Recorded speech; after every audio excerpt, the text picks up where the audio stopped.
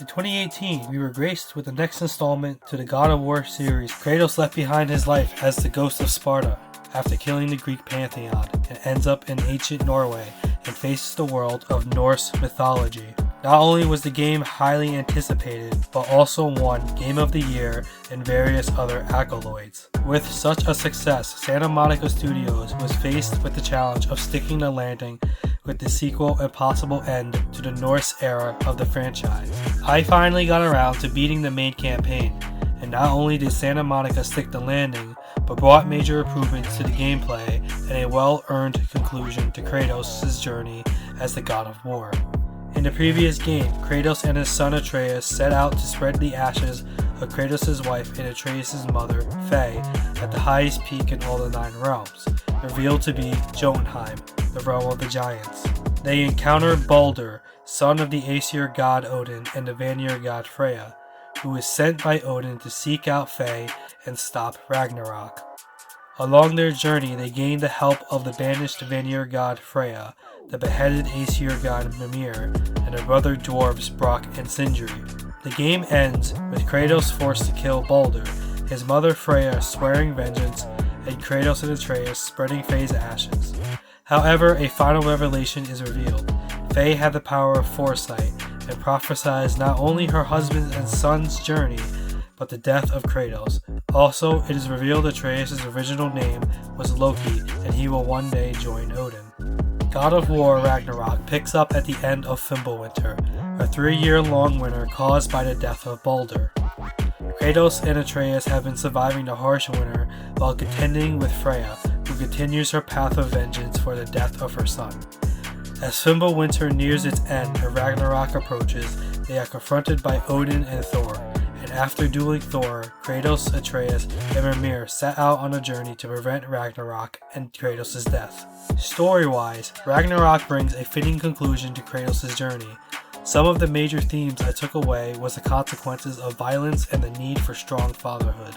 At a certain point in the game, Kratos sets out to find the Norns, deities responsible for weaving the destinies of humans.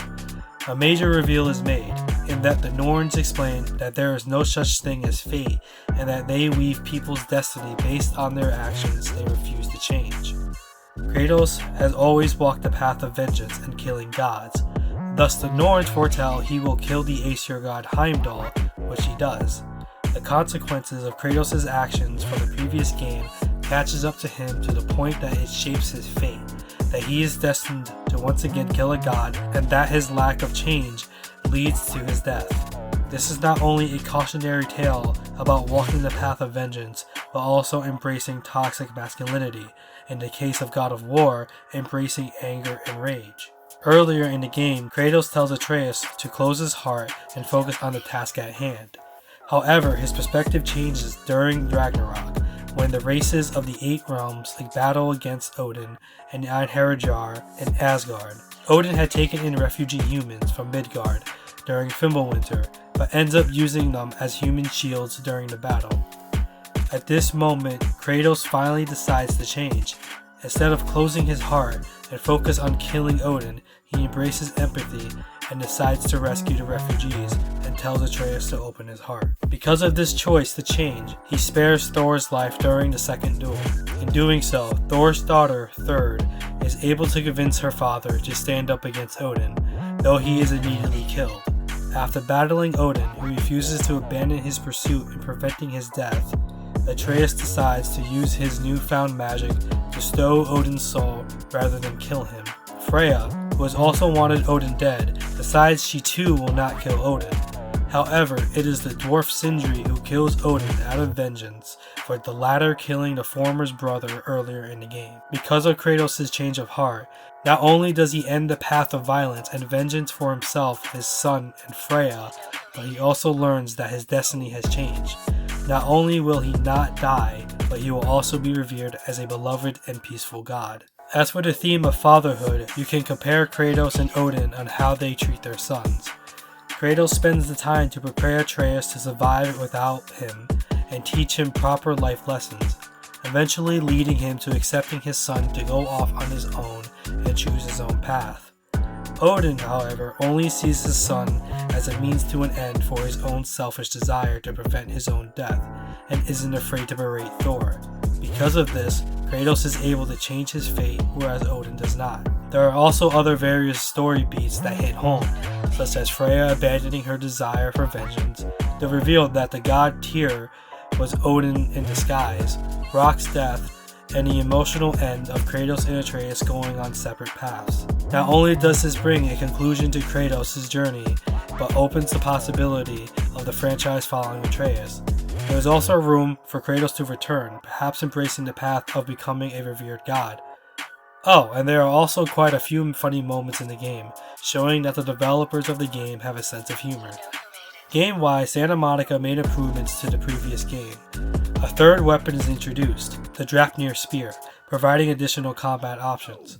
Most of the combat moves remain the same as the previous game, but unlike the previous God of War, I found myself constantly switching weapons and tactics when fighting enemies.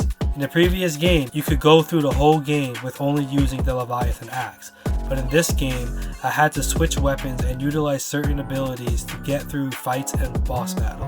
I also found it easier to utilize all weapon abilities compared to the previous game. The game introduces more armor and weapon customization, each with their own unique abilities to match your playstyle. However, don't think this makes combat any easier. Actually, I found the combat in this game more difficult than the previous game. I was encouraged to maximize all my abilities at my disposal. More enemies spawned during encounters. I had to switch between blocking, parrying, and dodging frequently. It was near impossible to stagger enemies once they start their attacks and combos. The most noticeable change was the lack of invisibility frames. You have to be careful when using abilities, as you will still take damage while performing attacks.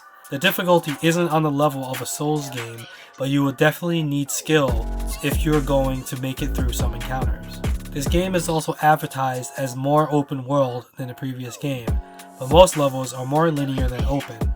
But Santa Monica does provide more areas to explore, such as adding an explorable section in Alfheim and making Vanaheim, a realm you didn't get to explore in the previous game, a large area to explore. In the end, God of War Ragnarok is a worthy successor to the previous game, providing a fitting conclusion to Kratos' journey. Ragnarok is the standard on making a AAA hack and slash game, not only in gameplay but in storytelling, and I hope more Western game studios learn from this game. Please comment below, as I like to hear your own thoughts on the game. My name is Deviant, and I will see you next time.